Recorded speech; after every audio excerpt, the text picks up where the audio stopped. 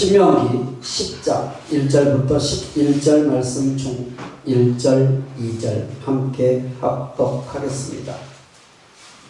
그때 여호와께서 내게 이르시기를 너는 처음과 같은 두 돌판을 다듬어 가지고 산에 올라 내게로 나아오고 또 나무괴 하나를 만들라.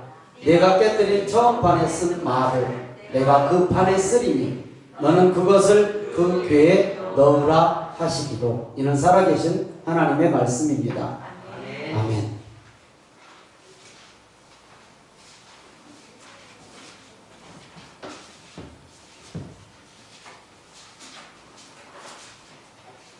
인생이 무엇이라고 생각하십니까? 여러분, 인생을 논하라면 인생은 이것이다, 인생은 돈이다, 이런 사람도 있겠죠. 인생은 건강이다, 이런 사람도 있을 것이고, 또 많은 사람들이 하죠. 인생이 무엇인가? 노래 제목, 아니 노래 가사, 인생은 나그네 길이다, 뭐 이런 가사도 있더라고요. 인생은 빈손이다, 뭐 이런 노래 가사도 있더라고요.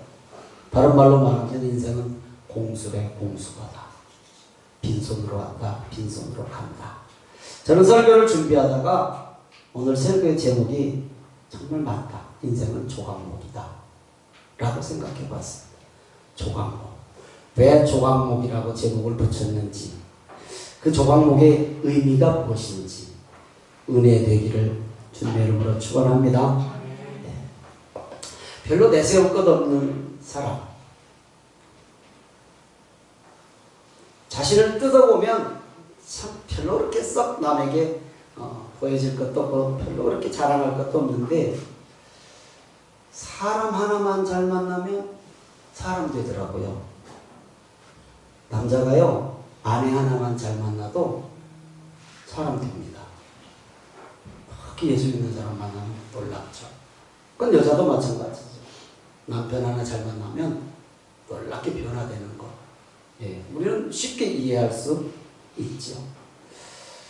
오늘 말씀 첫 번째 십계명을 받으러 하나님 앞에 올라간 모세가 40일 동안 호렙산에서 내려오지 않자 금송아지를 만들어 놓고 노래하고 춤추는 백성들에게 거룩하신 하나님께서, 하늘의 하나님께서 직접 돌판에 새겨주신 말씀의 두 돌판을 깨버려.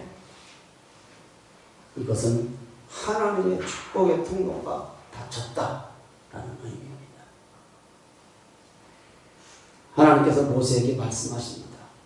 나를 막지 마라. 내가 저들을 천하에서 없애버리겠다. 너를 더 강한 나라로 내가 만들어 세우겠다 라고 하십니다. 신명기 4장 9장 14절, 신명기 9장 14절 같이 읽습니다. 나를 막지 말라. 내가 그들을 멸하여 그들의 이름을 천하에서 없애고 너를 그들보다 강대한 나라가 되게 하리라 하시기로. 모세가 하나님의 앞을 막고 간청합니다. 신명기 9장 28절 29절입니다. 주께서 우리를 인도하여 내신 그 땅 백성이 말하기를 여호와께서 그들에게 허락하신 땅으로 그들을 인도하여 드릴 만한 능력도 없고 그들을 미워하기도 하사 광야에서 죽이려고 인도하여 내셨다 할까 두려워하나이다. 그들은 주의 큰 능력과 펴신팔로 인도하여 내신 주의 백성 곧 주의 기업이로소이다 하였노라. 무슨 말이냐? 저들을 없애면요, 백성들을 없애면 하나님의 능력 없다고 조롱합니다. 하나님의 영광 가립니다. 하나님 저들을 용서해 주십시오.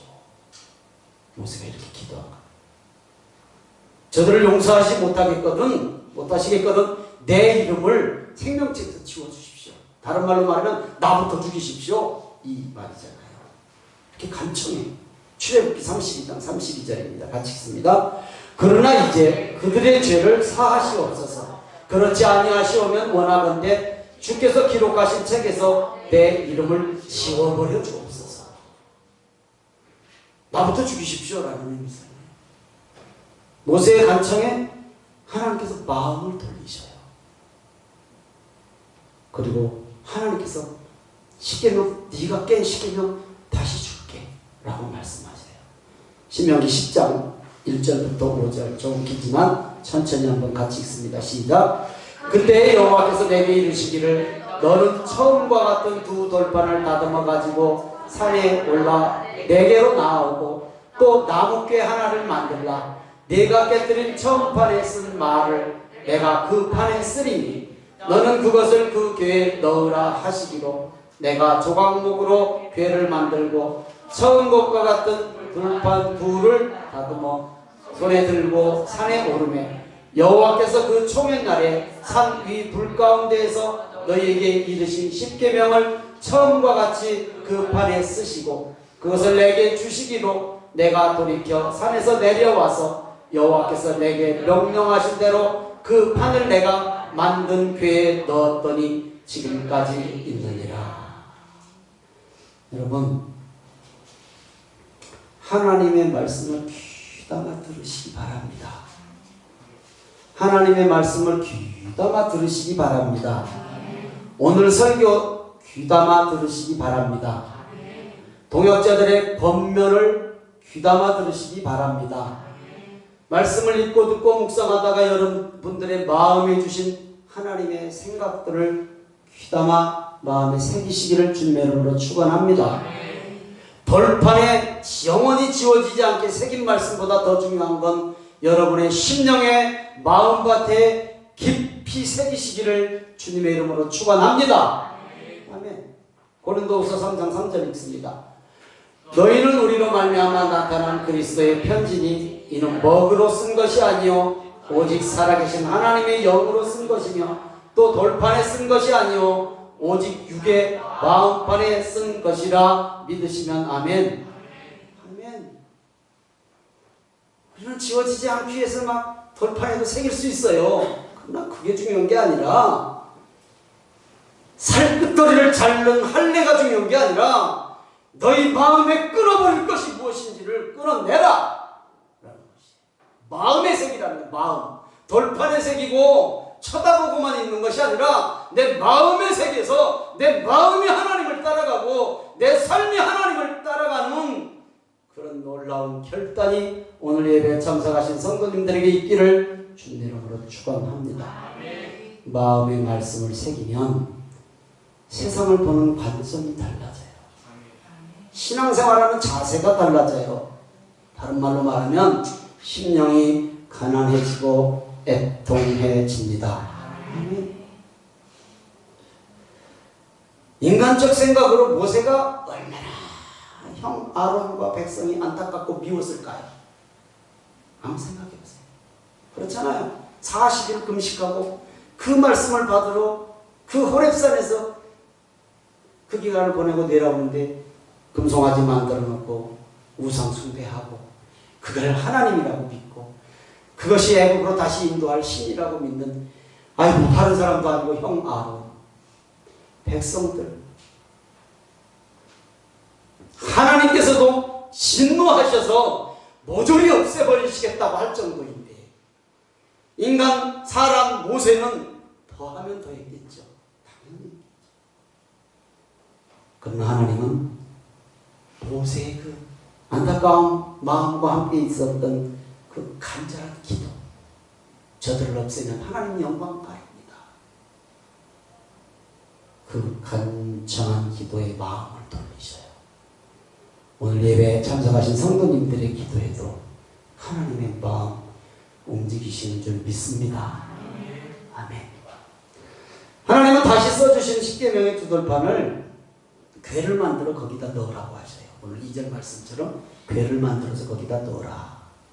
오늘 설교 제목을 생각하시면서 말씀을 마음판에 새기시기를 주님의 이름으로 축원합니다. 따라합니다. 인생은 조각목. 인생은 조각목입니다. 그럼 왜 인생은 조각목이라고 설교 제목을 정했는가? 지금부터 말씀을 한번 귀담아 들으시기 바랍니다. 이 궤는 언약궤라고도 하고 법궤라고도 합니다. 십dim나무로 만들었습니다. 광야에서 자란 우리나라로 말하는 아카시아 나무 같은 것입니다. 속은 비어있고, 좀 겉은 단단하지만 속은 비어있고, 가시가 있어서 그렇게 키가 또 크고 목재로 쓰기에 좋은 나무 아닙니다. 메마른 광야에서 자라기 때문에 뿌리만 땅속으로 깊이 뻗었지 큰 나무도 아니고 전혀 볼품 없는 나무. 인터넷에서 조각목을 찾아보니까 진짜 볼품 없는 나무예요. 그냥 가지는 볼품이 없고 뒤틀려 있어요. 말씀드린 것처럼 겉은 좀 단단하지만 속이 비어있어요. 가시가 돋아 있어서 찔러요. 썩 좋지 않아요. 그런데 이 나무로 언약궤를 만들고 성전에 많은 기구들을 이 나무로 만들라고 그랬어요. 하나님께서. 그렇죠. 이왕이면 백향목자로다가 쫙쫙 키워서 그냥 좋게 만들면 좋잖아요. 근데 아니에요. 굳이 이 나무로 만들라는 이유가 뭘까? 이 조각목. 출애굽기 36장, 37장 9절 보면 여러 가지 성전 안에 쓰임받는 기구들을 이 조각목으로 만들었어요. 성경 봅니다. 출애굽기 36장 20절 봅니다. 시작. 그가 또 조각목으로 성막에 세울 널판들을 만들었으니 37장 1절입니다. 시작. 부살렐이 조각목으로 궤를 만들었으니 2절입니다. 2절. 순금으로 안팎을 싸고 위쪽 가장자리로 돌아가며 금태를 만들었으며 10절입니다. 조각목으로 상을 만들었으니 11절입니다. 순금으로 싸고 위쪽 가장자리로 돌아가며 금태를 둘렀으며 15절입니다. 조각목으로 상 멜체를 만들었으며 금으로 쌌으며 25절입니다.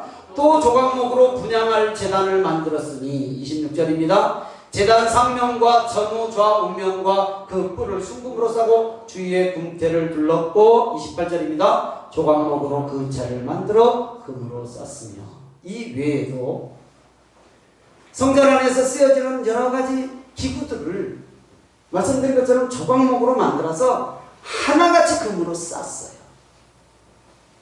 조각목. 세상에서는 별로 쓰임받지 않고 인정받지 않는 나무예요. 조각목은 성도를 의미합니다. 성전 안에서 이 모양, 저 모양, 이모, 저모 쓰임받습니다. 별로 할 수 있는 것이 없는 것도 같고 별로 그렇게 보여지는 것도 없고 저 사람 하나 정도 없어도 교회가 별로 문제 없을 것 같은데 하나님은 귀하게 여기신다라는 것을 꼭 기억하시기를 주님의 이름으로 축원합니다. 여기 선생님들 계시죠? 주일학교 선생님들. 어린아이들 교회 안 나오니까 조용하잖아요. 교회에 별 도움 되나요? 제가 이 설교를 준비하면서 누구를 생각하고 있냐면요. 다은이를 생각했어요. 왜냐면 주일학생 중에 유일하게 다은이가 교회를 나오잖아요. 엄마 아빠 따라서. 다은이가 이 설교를 좀 이해할 수가 있으려나? 성령께서 함께 하셔서 저 아이가 이해할 줄 믿습니다. 여러분 별로 없어도 여러분 예배 드리는데 문제 생깁니까? 주일학생들 없어도 문제 안 생깁니다. 그런데 하나님은 그들을 얼마나 사랑하실까요?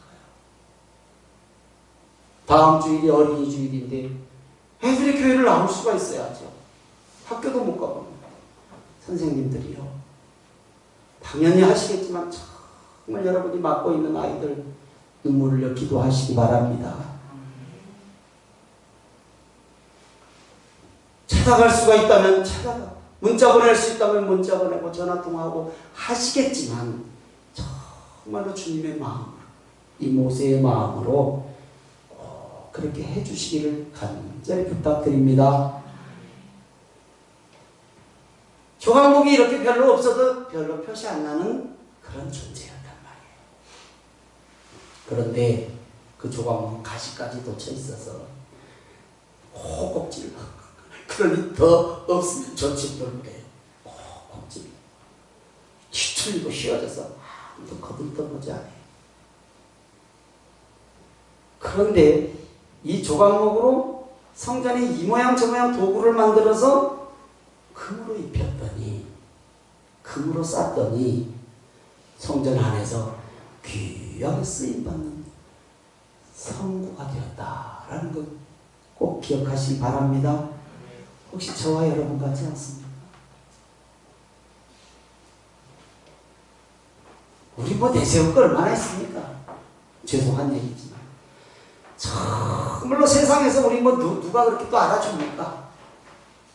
하나님이 알아주십니다. 왜? 금으로 입혔거든요. 금은 믿음을 상징한 것 아시죠? 죽을 수밖에 없는 죄인이 예수님을 믿는 금 같은 믿음으로 천국 백성, 성도가 된 줄 믿습니다. 금은 변치 않는 믿음을 상징하고 이 땅에 예수님이 오셨을 때 첫 예물로 드린 것이 황금과 몰약과 유향이에요. 금 귀한 예물이 귀한 예물. 이것으로 덮었더니 쌌더니 조각목이 땔감으로밖에 쓰지 않는 조각목이 성전의 성물이 되었다. 믿으시기를 바랍니다. 자, 그런데 십계명의 두 돌판을 넣은 언약궤, 우리가 말하듯이 이거 조각목으로 만들어서 금으로 쌌어요. 불순종하는 백성들의 심령 상태와 비슷해요. 이 지금 조각목은. 그렇죠? 법궤도 그런 비슷하잖아요. 모세가 이 법궤를 만들면서, 물론 부살렐이 만들었지만 모세가 같이 했을 거 아니에요. 오늘 성경 모세가 만들었다고 했어요. 가시에 찔리면서 그 궤를 만들 때 백성들을 생각했을 거야.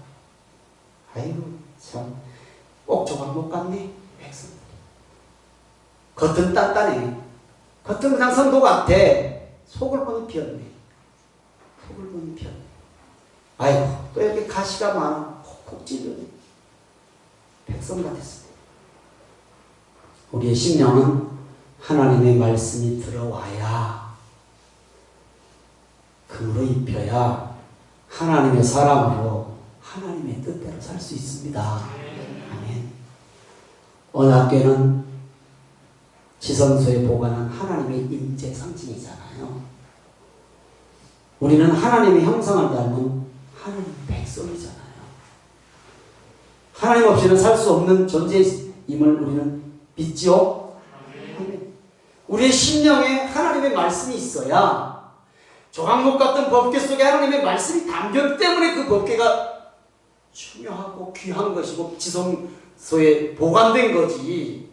그러니까 우리가 아무리 내세울 것 없어도 말씀이 들어가 있고 예수 그리스도를 믿는 믿음이 있다면 우리는 하나님의 백성입니다. 하나님의 성도입니다. 하나님의 뜻대로 살 수 있습니다. 아멘. 우리는 연약하죠. 그러나 심령의 말씀이신 하나님을 모시고 살면 분명히 쓰임받을 줄로 믿습니다. 사실 우리는 연한 순 같죠. 뭐 마른 땅에서 나온 뿌리 같고, 마른 땅에서 뿌리가 마른 땅으로 나와버렸으면 죽을 수밖에 없잖아요. 뿌리는 땅 속에 있어야 되는데 뭐 얼마나 내세울 게 있어요. 몸 모양도 없고 흠모할 만한 것이 우리한테는 없어요. 연약하다는 거예요. 조각목과 같잖아요. 비어있고 찌르고. 그런데 다듬어서 금을 입혀 말씀을 담아놓으니 하나님의 임재, 예수님의 사랑받는 존재임을 믿습니다. 곧 예수님을 그렇게 표현했어요. 이사야서 53장 2절 3절입니다. 시작.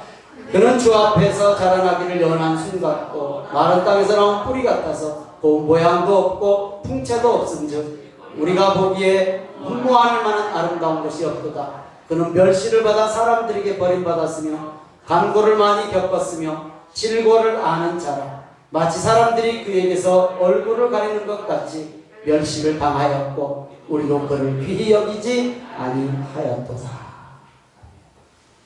겉으로 보이는 예수님도 볼품없이 연약했습니다. 구두통 같은 연장통치도 없고 문자 고치시오, 상다리 고치세요, 말이 좋아 목수지, 떠돌이였단 말이에요. 떠돌이.